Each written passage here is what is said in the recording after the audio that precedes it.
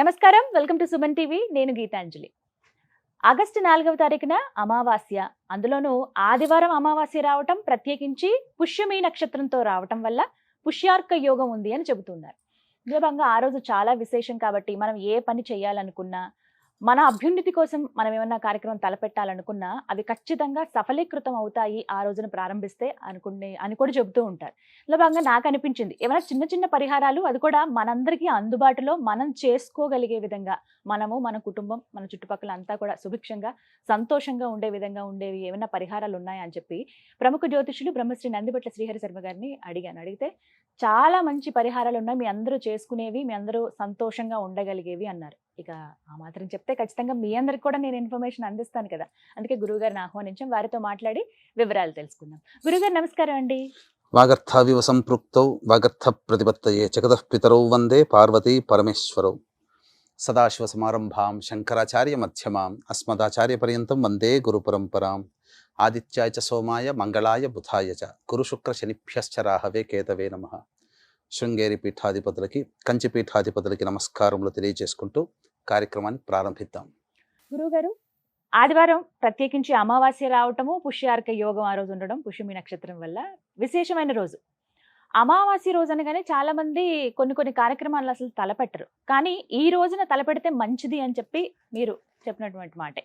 ఇందులో భాగంగా కర్మదోషం పోవాలంటే ఏమన్నా పరిహారాలు ఉన్నాయా? అది కూడా ఒక్క రిక్వెస్ట్ ఏంటంటే, మీకు మీ అందరం చేసుకోగలిగే విధంగా ఉండాలి, అలాంటివి ఏవైనా. శాస్త్రాంతర్గతముగా చాలా పరిహారాలు చెప్పబడ్డాయమ్మా.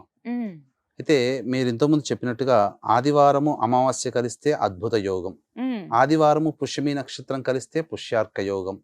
కానీ ఈ మూడు కలిసి వచ్చినటువంటి రోజు ఆగస్టు 4వ తారీఖు. అందున ఈ సంవత్సరంలో ఆఖరిది అయినటువంటి ఆదివారం అమావాస్య పుష్యమి. ఇక మళ్ళీ ఆదివారం పుష్యమి, ఆదివారం అమావాస్య ఈ సంవత్సరంలో లేవు. కాబట్టి ప్రతి మనిషికి కూడాను ఎన్నో పనులు ప్రయత్నం చేసుకుంటుంటాడమ్మా.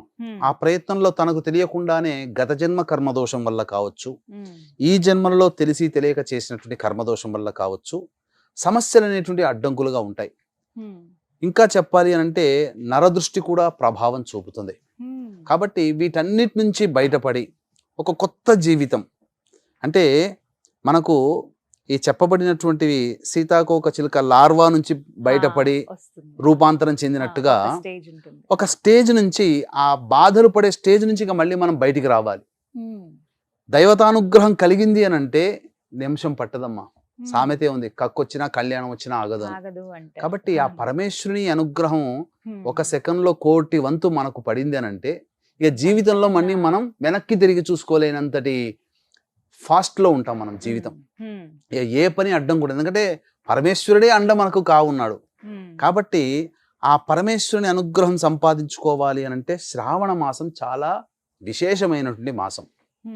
అయితే ఆదివారము అమావాస్య రోజుననే చేసుకోగలిగినటువంటిది, మళ్ళీ వెంబడే సోమవారం వస్తుంది, అందున శ్రావణ మాసం కూడా వస్తుంది. కాబట్టి వీక్షించేటువంటి సుమన్ టీవీ ప్రేక్షకులు ఇప్పుడు చెప్పబోయేటువంటి పరిహారాన్ని చాలా శ్రద్ధతో వినండి, స్కిప్ చేసుకోకండి. ఎందుకనంటే ఇది మీరు చేసుకోగలిగేటువంటిది, అతి సామాన్య మానవుడు కూడా చేసుకోగలిగేటువంటిది. ఈ పరిహారాన్ని మీకు చెప్తాను, వీలైతే నచ్చింది అనుకోండి, 10 మందికి, మీ స్నేహితులకి, బంధువులకి షేర్ చేయండి. తద్వారా 10 మంది చేసుకోగలిగేటువంటి అవకాశము, అందరూ కూడా ఆ పరమేశ్వరుని యొక్క అనుగ్రహం, ఈ భూప్రపంచమంతా కూడా సృష్టి స్థితి లయకారకాలకు లయకారకుడు ఈశ్వరుడు. కాబట్టి ఆయన అనుగ్రహం కోసమే మనమందరం కూడా ప్రయత్నం చేస్తున్నామమ్మా. కాబట్టి ఆయన అనుగ్రహం సంపూర్ణంగా కలగాలనేటువంటి సదుద్దేశముతో ఈ యొక్క పరిహారం చెప్తున్నాను. ఏం చెయ్యాలి అని అంటే, మనకు సాధారణంగా 1,00,000 ఒత్తుల ఉద్యాపన చేసుకుంటారు కదా చాలా మంది. చేసుకున్నప్పుడు ఒక పెద్ద ప్రమిద తీసుకుంటారు, మట్టితో చేసిన, చిన్నది కాకుండా పెద్ద ప్రమిద తీసుకుంటారు. ఆ పెద్ద ప్రమిద తీసుకొని, మీకు ఆ ప్రమిదకు తగ్గట్టుగా, పెద్దదైనా ఇంత చిన్నదైనా ప్రమిదకు తగ్గట్టుగా ఆవు నెయ్యి దొరకని పక్షంలో నువ్వుల నూనె తీసుకోవచ్చు, లేదు విప్ప నూనె కూడా చాలా మంచిది. ఇక తీసుకొని, ఇంకా విశేషంగా చెప్పవలసినంటే అష్టతైలాలు కూడా తీసుకోవచ్చమ్మా. అంటే మీకు ఆవు నెయ్యి, కొబ్బరి నూనె, వేప నూనె, విప్ప నూనె, నువ్వుల నూనె, ఆముదం నూనె, ఇంకా 2-3 తైలములు కూడా ఉన్నాయి. ఇవన్నీ కూడా తీసుకోవచ్చు. ఈ యొక్క తైలములు పంచతైలములు కూడా తీసుకోవచ్చు.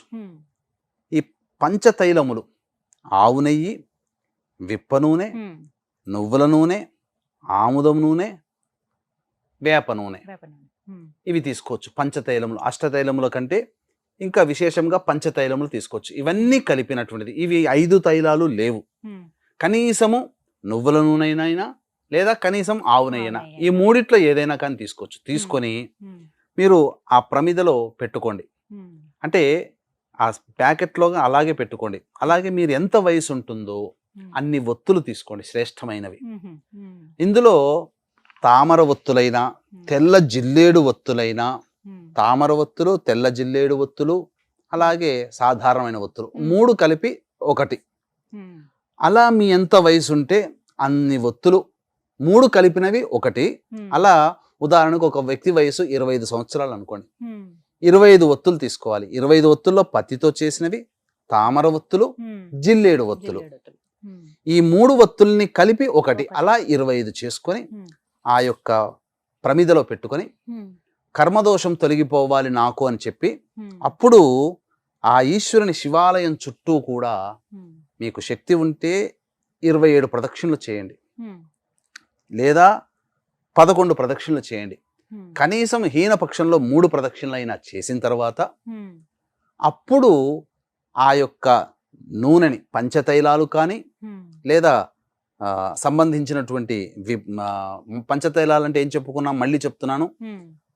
ఆవు నెయ్యి, విప్ప నూనె, నువ్వుల నూనె, ఆముదం నూనె, వేప నూనె, ఈ 5 కలిపినది, లేదా ఆవు నెయ్యి లేని పక్షంలో కనీసం నువ్వుల నూనె ఏదైనా కానీ తీసుకొని అందంతా ఆ యొక్క నూనెని ఆ ప్రమిదలో వేసి 25 సంవత్సరాల వయసును ఉదాహరణ చెప్పాం కదా, 25 ఒత్తులు వేసి ఆ యొక్క శివాలయంలో ఉన్నటువంటి మారేడు చెట్టు కనుక ఉంటే విశేషం, మారేడు చెట్టు కింద మీరు దీపారాధన చేయండి. 25 అన్ని కలిపితే చేస్తే 1, లేకపోతే 25 కూడాను దీపాలుగా వెలిగిస్తూ నా యొక్క జాతకంలో ఉన్నటువంటి కర్మదోషం తొలగిపోవాలి, ఈ జ్యోతిని వెలిగిస్తున్నానని మనసులో అనుకుంటూ ఆ యొక్క దీపాలన్నీ కూడా వెలిగించి మీరు కనుక వెనక్కి తిరిగి చూడకుండా ఇంటికి వచ్చేసేసేయండి. మారేడు చెట్టు లేదండి అని అంటారా, అక్కడ రావి చెట్టు ఉంటుంది కదమ్మా, రావి చెట్టు దగ్గరైనా చేయండి. లేదు అని అంటారా, మీరు కనీసము ధ్వజస్తంభం దగ్గరనైనా కానీ చేయండి. లేదా కొన్ని ప్రత్యేక ప్లేసులు ఉంటాయి దేవాలయంలో దీపాలు వెలిగించడానికి, అక్కడైనా దీపాలు వెలిగించి వెనక్కి తిరిగి చూడకుండా వచ్చి మరునాడు ఈశ్వరునికి పంచామృతాలతో అభిషేకం జరిపించండి. జరిపించి అర్చన జరిపించుకోండి. ఈ విధంగా చేసినట్లయితే ఆ ఈశ్వరుని యొక్క అనుగ్రహము మీకు కలిగి అనుకున్నటువంటి సమస్యలన్నీ కూడాను తొలగిపోతాయని చెప్పవచ్చు. కాబట్టి ఇది ఈ యొక్క ఆదివారం అమావాస్య పుష్యమి నక్షత్రం కలిసినటువంటి సమయంలో చేయాలి. అంటే మనకు ఉదయం 7 to 8 సింహలగ్నం ఉంటుంది, లగ్నంలో శుక్రుడు బుధుడు శుభగ్రహాలు ఉన్నాయి. కాబట్టి ఆ సమయంలో చేయవచ్చు. ఆ సమయంలో చేస్తే చాలా విశేషమైనటువంటి ఫలితం కలుగుతుంది. ఈ విధంగా చేసి మళ్ళీ సోమవారం నాడు అభిషేకం జరిపించాలి. ఆ విధంగా చేయడం వల్ల పరమేశ్వరుని యొక్క అనుగ్రహంతో మీరు ఏ సంకల్పం కోసమైతే ఎదురు చూస్తున్నారో ఆ సంకల్పం అతి శీఘ్రముగా, అత్యంత శీఘ్రముగా శివానుగ్రహంతో కదులుతుంది. అనగా మీ సంకల్పం నెరవేరుతుంది. ఏది జరగాలన్నా శివానుగ్రహం కావాలి. పైగా ఈ ఆదివారం అమావాస్య పుష్యమి నక్షత్రం రోజున మీరు చేస్తున్నారు కాబట్టి మళ్ళీ 1 సంవత్సరం వరకు కూడా మీకు అపమృత్యు భయాలు తొలగిపోతాయి, గండ దోషాలు తొలగిపోతాయి. ఇది అందరూ చేసుకోగలిగేటువంటి పరిహారం అమ్మ. కాబట్టి దీన్ని అందరూ కూడా ఆచరించవచ్చు. దీన్ని దృష్టిలో పెట్టుకునే ఈ యొక్క దైవానుగ్రహం ఇది మీరు సాధారణంగా వీక్షించేటువంటి ప్రేక్షకుల కోసం చెప్పినటువంటి సాధారణమైనటువంటి పరిహారం. ఇది అత్యంత శుభమైనటువంటి ఫలితం ఇస్తుంది.